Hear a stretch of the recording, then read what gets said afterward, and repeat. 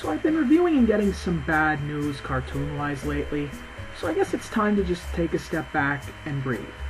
So that is what I'm going to do, by taking a look at something I like this time, when it comes to not only an episode, but a show in general. The Amazing World of Gumball. This show started out mediocre, admittedly. The animated world was a bit clunky, but by maybe the middle of season 2 it all came together in such a phenomenal way. The humor of the show has gotten so good that it can only go head-to-head with about any classic cartoon or cartoon going on today, whether it's 90s humor or modern humor, and that's not an exaggeration. The timing and writing of the show is absolutely phenomenal. It's one of those shows that really deserves more attention, and that's what I'm going to give it, with one of the greatest animated fourth wall breaks of all time, the money. We start out with Gumball giving a speech about freedom and not being tied down or selling out, before saying that yes, he will have fries with that order. This show again is really good at comedic timing. The show has so many great jokes that I'm really not going to cover a lot of them in this review because you honestly should watch the episode and see them.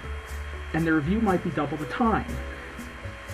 Anyway, when paying their fast food order, the credit card gets declined.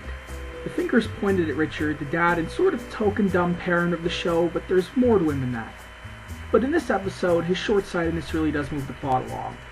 He says he puts all the money in an offshore bank account, literally, and this causes a great Hulk reference, before the Wattersons realize they have gone completely broke. Larry comes up with the solution that Joyful Burger is actually doing a commercial for their brand today, and it would be the ideal family for it, and get paid.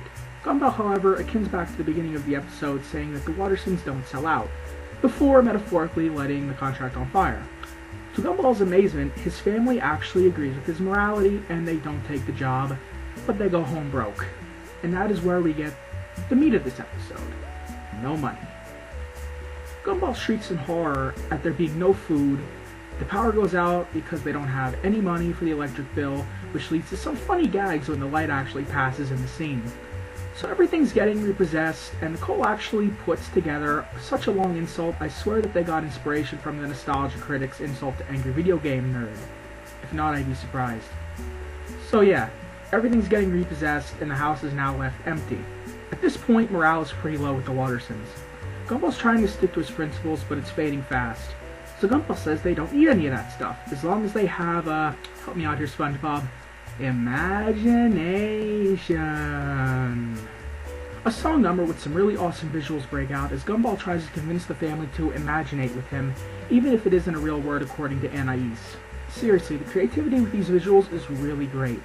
As the song goes though, the family turns the tables on him and basically imaginates that he gets the crap kicked out of him, venting their own frustrations at his refusal to give in to the fact they're losing everything. The family at this point is trying to show him advertisement isn't that bad through a couple of different ways. Subtle, tasteful, not selling out doesn't mean you're a corporate puppet, or just doing a commercial in Japan a la Mr. Sparkle.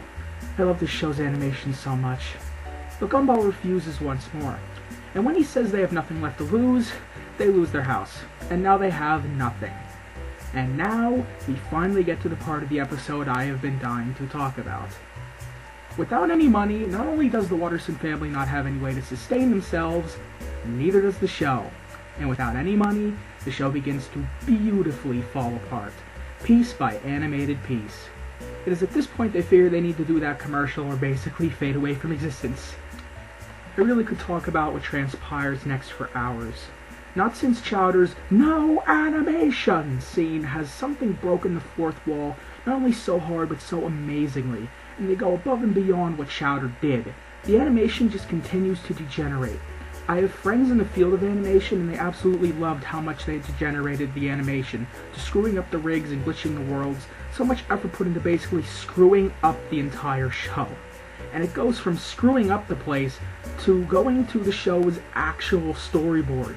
So we basically see how the episode of Gumball is constructed in reverse. It's absolutely amazing.